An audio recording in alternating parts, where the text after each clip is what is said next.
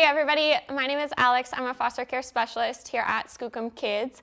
And today with me I have Leanne and Peter Marshall. And Leanne and Peter, you guys have been licensed with Skookum for about 2.5 years now, correct? Yep, that's right. Awesome. And we are here today to really just talk about their experience.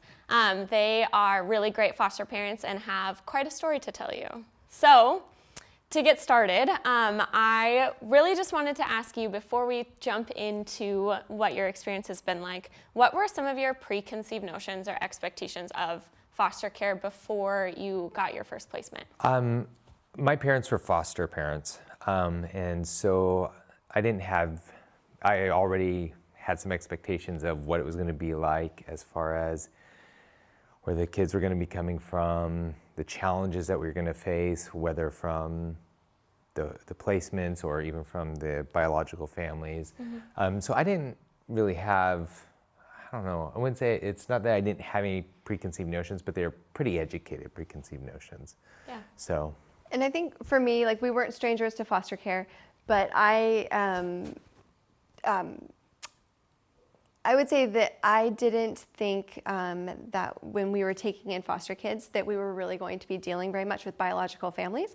I just kind of was like, we're just taking a kid and we're going to be anonymous people who are taking care of this kid, and then we're going to do whatever needs to be done, but we're not really going to get involved in any other way.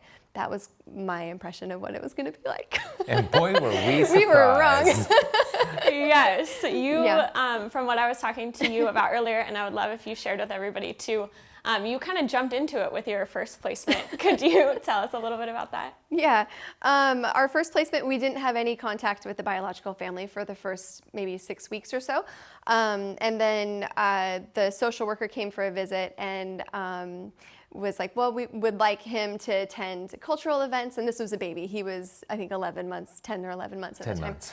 Yeah, and she's like, we want you to get him, connected with his culture and take him to cultural events. So we're like, oh, okay.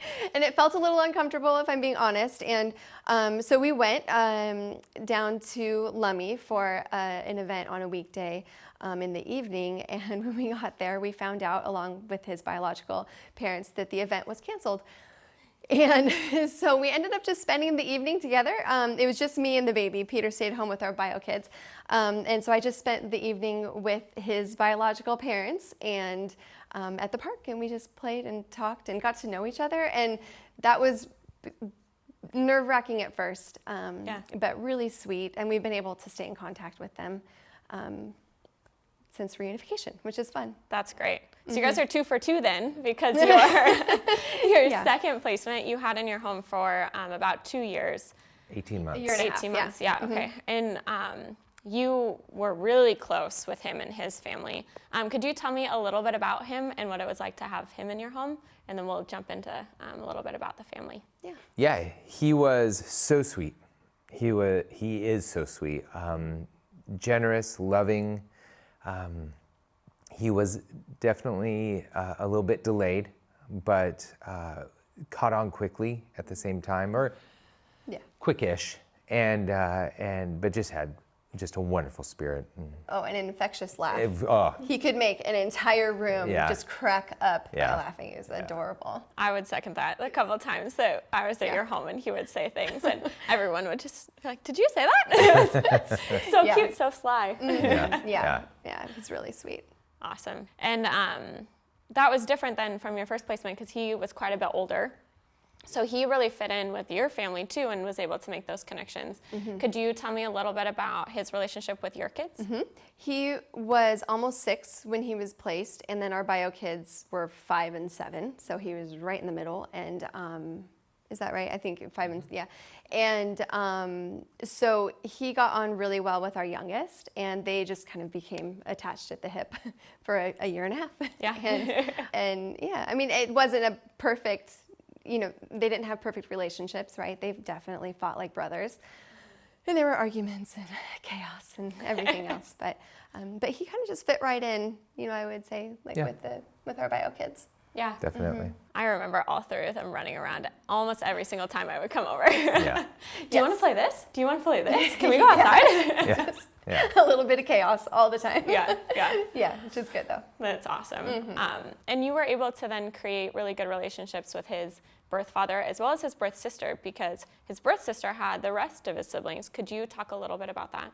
So he has 4 biological siblings, and the way we were connected with them to begin with was the social worker mentioned that one of those bio siblings was living in the same area as us, and was actually going to school that was just right next door to where he was going to school. So we were like, well, let's meet up after school at the playground, and and just kind of make some of those connections, and that's how it started. And then it was fairly easy from there, because we just kind of grabbed phone numbers and we invited them to come over and go trick-or-treating. And we kind of fell in love with them. I mean, Oh, yeah. We would go down to the beach and Yeah. hang out with them at the beach and have they're sweet. roast marshmarshmallows. Yeah, I just don't remember really what we sweet did, but- people, and they Yeah. were really excited about having a relationship with us and our family. In fact, I spoke with the oldest sister who has custody of the younger sister yesterday or the day before, and she was just saying that she felt like it was important for all of us to be connected because it made it seem for our foster kid like we were just one big extended family, as opposed to separate families doing separate things. Like we could just function as one family, and that was really important for everyone, not just for the foster kiddo, but for them, and for us, I think. Yeah. They were really just great to talk to as well, and just kind of Support each other through. support each other through hard times. Yeah. And because it's not like they're going through an easy time either. No, So, and they provided insight for us Yeah. into their family and into our foster kid. I mean, there were so many things that just made it easier for us to understand who he was as a person. like Halloween, I remember he was so excited. He might have thrown up. So, but he was so excited. Everybody was there. His families were there together. Yeah. So, Terrible, yeah. yeah. Still went trick-or-treating though. Still made it. He didn't wear a costume. We didn't but- wear a Most costume. important part. Yeah. Yeah. That doesn't necessarily surprise me. When we talk about Halloween, that's always the story that comes up. That's awesome. Yeah. I'm not going to wear that. Yeah. Okay. Yeah, the costume. You Anyway, don't have to. no. And that insight then, I'm sure, helped with your relationship with his birth father. Can we talk a little bit about that as well, and kind of how you started to facilitate that? Yeah. The relationship with birth dad was a little bit more complicated, and I was a little bit more resistant to involving him in our everyday life. So that was a slower process, right? Building trust with him was a little bit more challenging. But it kind of started with us just driving our foster kiddo to and from visits, and then just having short conversations and being willing to share the things that our foster kiddo was doing at school or with his health, and then inviting him to doctor's appointments and school appointments, and being open to that, which again was a big stretch for me, to sit in a doctor's office with him and have to talk about all of the developmental problems or issues. It was challenging, to say the least. But as time went, I think that we just got to know each other a little bit better, and we facilitated phone calls, and then as reunification became something on the table, we got really involved and would take our foster kiddo to where he was going to be living with his dad, and got to see his home, and we took him to his school, and and made sure. And then it was a lot of just really supporting them, making sure that he had all of the medical information and all of the school information and all of the things that he needed. So it was a process. Yeah. For sure, and still is, I would say. Yes, definitely. And I appreciate you sharing that. There's always going to be ups and downs in those relationships. We would be lying if we said that they were always perfect the whole time. So it is important to hear both sides, I think, because it does show what's really true and honest, and what foster care really is like. And I really love kind of how you guys have said that there are some ups and downs, but it's important because of the relationship you can kind of continue. And I would love it if you could share a little bit about how you've continued that till now. Well, we've had our placement come up, and our foster kiddo come up and stay with us oh gosh, what, 4 or 5 times now? Quite a few times. Yeah, so he's come up and stayed the night and hung out. And Well, and that was one of the neat things when, so he went home right at the beginning of COVID, right? And so then we didn't get to see him for a while. But then when Bio Dad had to go back to work, they had childcare problems. And so we had been talking with him, and so we were able to take our old foster kiddo for a few days during the weeks, in the summer, just to help support his dad with childcare and make sure that they had the time and the space they needed to figure out what to do. Yeah. Which I thought was pretty, which was a nice way to support them again. And his dad is really, really, really on board with us staying in touch, which is a big deal, and it's a big deal for everyone. It's a big deal for me and for Peter because we obviously love this child like our own, but then for our biological children because they were so close, and it was so hard to say goodbye, but we just got to say see you later, which is nice. And then I think that it's huge for our foster kiddo because he had been in multiple placements, I think 6 by the time he got to us, and he just needed something permanent. He needs permanent relationships, and we wanted to be a permanent relationship. Yeah. And then we also have FaceTime conversations with him too, and making sure that we are talking to him still, and he sees our bright, shiny faces, and we can check in on his well-being and maybe be a bit nosy. Yeah, we are nosy, but it's, You're nosy. I am. I'm like, where are your glasses? Why aren't you wearing them? It's support. It's not nosy. We're very supportive then, especially her. There we go. So, Perfect.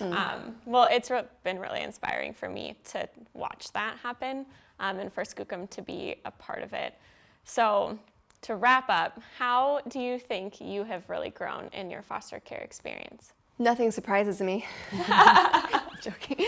I don't know. What do you think?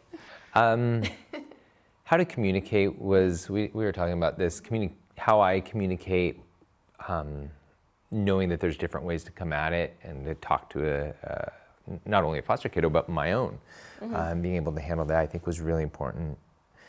And being patient and loving unconditionally, I think, too, because I had a hard time loving the bio dad at first. And just being able to overcome that and thinking of what he's done, but what he's trying to do and overcoming that. So yeah, and I think to take on to that, you guys had encouraged us to do a training that we did. I don't remember what it was called now, but something that one of the speakers said really stood out to me, that kids that are in foster care, maybe didn't have this, right, as a baby. They didn't have the love and support they needed, but maybe they didn't have that love and support because their parents didn't have that love and support. And so when we look at the parents, we also have to think of them as needing this, like needing to be cared for and needing to be loved and accepted and supported, and that was not, like I said before, it was not something I was prepared to do, I think, with parents at the beginning of foster care, but really have learned that that's a huge part of it, That's pretty special to learn to love in a different way. Yeah. So what's next? I know last time we talked to you, Peter was really into the teenagers. no, I'm open to anything. I got into fostering because I read a story of a 17-year-old who just said, I just want a home. I just want a family, and that broke my heart. And so, because when we first started, she was closed off to anybody older, and I was like, well, I don't think, because I believe that God might have a plan for us here.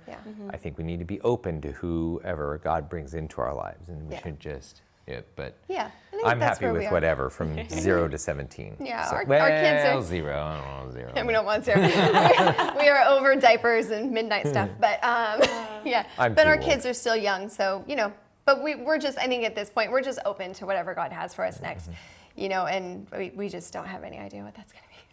Well, I look forward to it. You'll have to call us. We'll do our trip to California, and then we'll be ready to. Then we'll talk. Great. Ready to go back to it, which is in 2 weeks. So. Perfect. Yeah. Well, I appreciate you sharing, so thank you. You're welcome.